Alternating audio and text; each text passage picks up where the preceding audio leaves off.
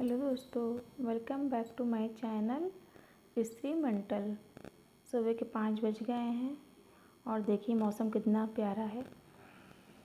मैं पढ़ने जा रही हूँ। अब हिंदी पढ़ूँगी मैं, विलोम शब्द, क्योंकि मेरा एक टारगेट फिक्स होता है, उसी को मैं अचीव करती हूँ जब तक वो पूरा नहीं हो जाता है। हिंदी में मैं विलोम शब्द पढ़ रही हूँ और जो कठिन शब्द हैं उसको मैं हाईलाइट कर लेती हूँ, जिससे बाद में रिवीजन करने में आसानी हो। तो सबसे पहले मैं आपको एक बुक लिस्ट बताना चाहूँगी हिंदी की। ये नालंदा की है, पृथ्वीनाथ पांडे की हिंदी की बुक, बहुत अच्छी बुक है। इसको आप लोग ज़रूर लीजिएगा। ये प्री के लिए भी इम्पॉर्टेंट है और मेंस के लिए भी। दूसरी है हरदेव बहारी की।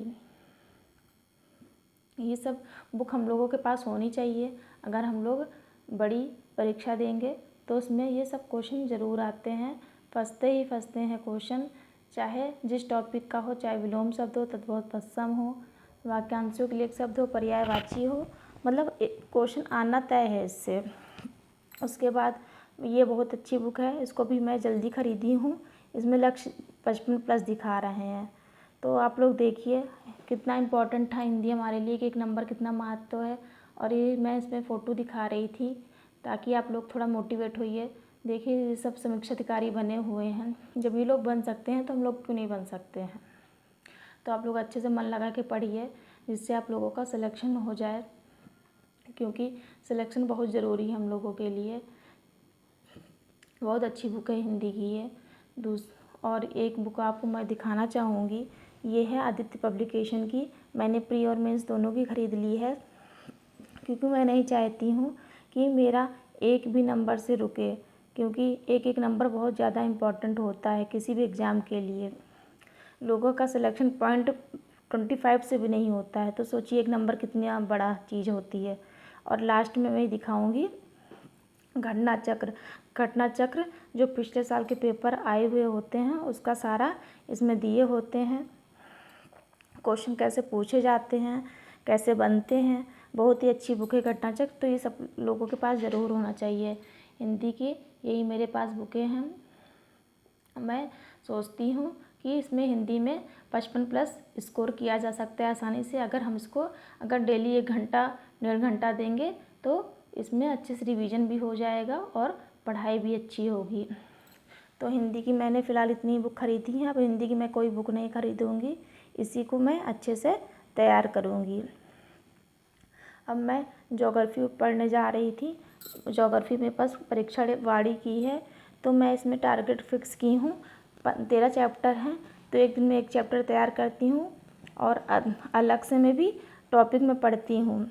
तो इसमें मैं ऊर्जा परिदृश्य का एक चैप्टर है, उसको तैयार कर रही थी।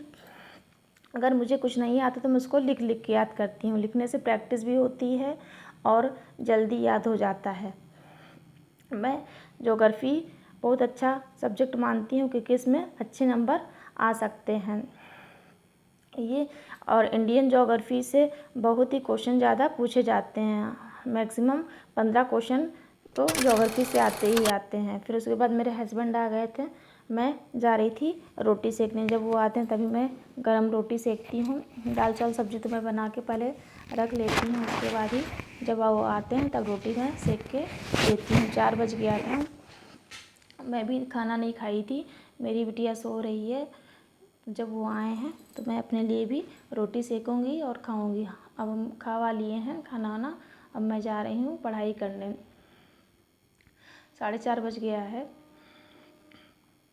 क्योंकि पढ़ाई मेहनत तो करनी ही पड़ेगी। अगर हमें कुछ पाना है तो घर के काम भी देखने पड़ेंगे, पढ़ाई भी करनी पड़ेगी, बच्ची को भी देखना पड़ेगा, सारे काम करने पड़ेंगे।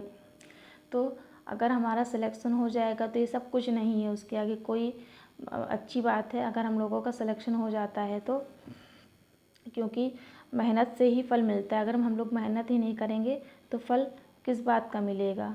तो हमें घबराना नहीं है, हताश नहीं होना है। रिजल्ट चाहे जो भी आए उससे नहीं मतलब है, बस हमें अपना कर्तव्य निभाना है। अच्छे से हम लोग पढ़ाई करेंगे, मेहनत करेंगे, जिससे हम लोगों का सिलेक्शन हो सके। तो आप लोग अच्छे से पढ़ाई करिए, जिससे आप लोगों का सिलेक्शन हो सके। 5 बज गया है और मैं पढ़ रही हूँ, जिससे अच्छे से पढ़ाई हो सके, मैं उसके लिए मोटिवेटेड भी रहती हूँ। मैं कुछ बीच बीच में अगर मंदिर है घर के सामने, मैं वहाँ पर चली भी जाती हूँ। देखिए 6 बज रहा है और मैं आपको थोड़ा सा बाहर का व्यू दिखाती हूँ। ये देखिए कितना अच्छा मौसम है, बारिश थोड़ा हो रही है और देखिए कितना ठंडा लग रहा है बाहर। इधर हरा भरा एकदम एकदम सुकून मिलता है देखने में। कितना अच्छा मौसम है। 6 बज गया है शाम के, और शाम के 6 बजे थोड़ा सा रेस्ट करूँगी, उसके बाद मैं चाय वगैरह पीऊँगी, क्योंकि चाय से थोड़ा एनर्जी मुझे मिलती है, क्योंकि चाय मुझे बहुत पसंद है।